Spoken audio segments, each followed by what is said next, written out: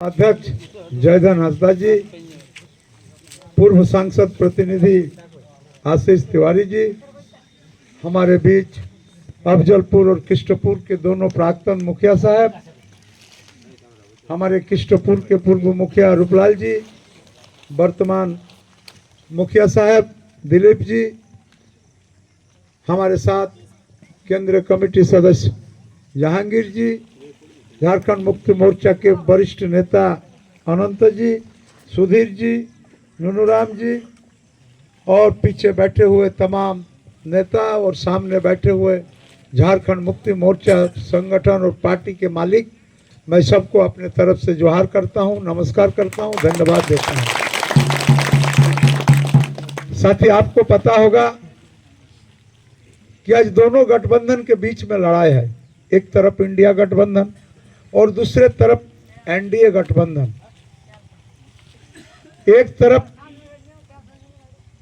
सत्ता में बैठे हुए तमाम आदिवासी मूलवासियों के काम करने के लिए उत्सुक और जागरूक मुख्यमंत्री नेतृत्व कर रहे हैं, और दूसरे तरफ झारखंड राज्य के सत्ता और शासन को अपने अधीन करने के लिए शासक वर्ग के लोग।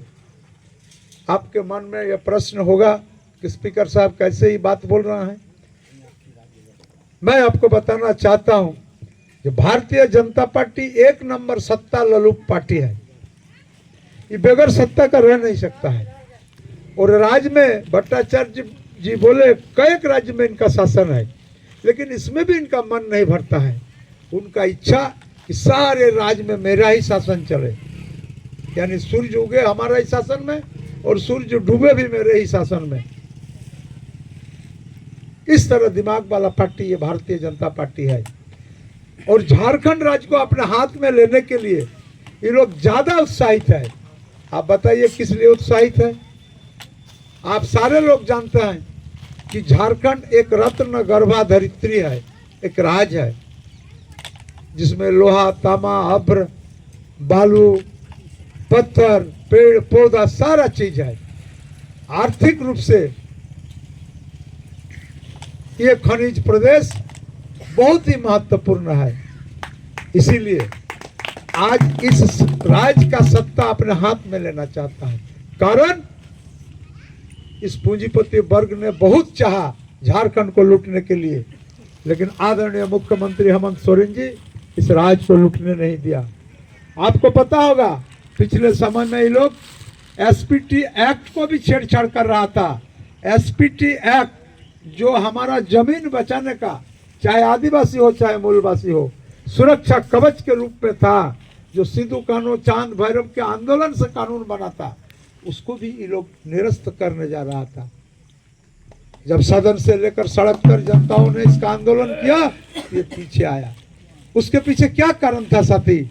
उसके पीछे सिर्फ एक ही कारण था कि भारतीय जनता पार्टी चाहता है कि हम दुनिया के उद्योगपति को ला करके झारखंड के अंदर में डालें, ताकि उद्योग को लेकर डालें, लेकिन उद्योग में झारखंड के लोगों का भागीदारी नहीं होने देंगे।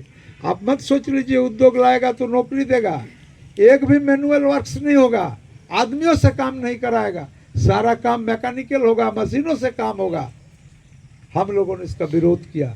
जो वैसा उद्योग हम लोग झारखंड के अंदर में नहीं लगने देंगे, और इसलिए नहीं लगने देंगे कि विस्थापन का दंश सबसे ज्यादा अगर कोई राज्य झेला है तो ये झारखंड राज्य झेला है।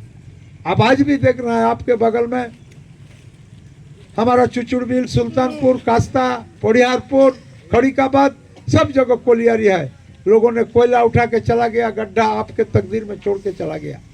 आज भी वो गड्ढा है, जबकि सरकार के पास नियम था कि आप माइंस मिनरल्स ले सकते हैं, लेकिन इसको लेने के बाद इसको समतल करके रैयतों को वो जमीन वापस करना चाहिए था, लेकिन लोगों ने नहीं किया। आज हमारे आदरणीय मुख्यमंत्री ऐसे पूंजीपतियों को रोकने का काम किया है। उन्होंने बताया है कि हमारे राज्य का 1,70,000 करोड़ रुपया बकाया है माइनिंग का रॉयल्टी के रूप में। वो पैसा हमको वापस दे दो, फिर नया कारखाना बन, नया कोलियारी तुम खोलो, हमको कोई आपत्ति नहीं है। दूसरा बात यह भी बोला है कि बाजार के मूल्य के हिसाब से जमीन का मूल्य दो, उसके बाद तुम कोयला खोदो, तब तुमको कोयला खोदने के लिए देंगे। इन तमाम विषयों को लेकर के केंद्र के वैसे लोग, जो लोग सत्ता ललुप है, उन लोगों का इच्छा है कि झारखंड का शासन अपने हाथ में लेने के लिए। और मैं आपको बताना चाहता हूं, आप देखते हैं राजनीति, पिछले दिन असम का मुख्यमंत्री, हमको नहीं लगता है कि बाटुल झा का 14 पुरुष का नाम वो जानता होगा, वीरेंद्र मंडल का 14 पुरुष का नाम जानता होगा। असम का मुख्यमंत्री आ गया एकदम वहां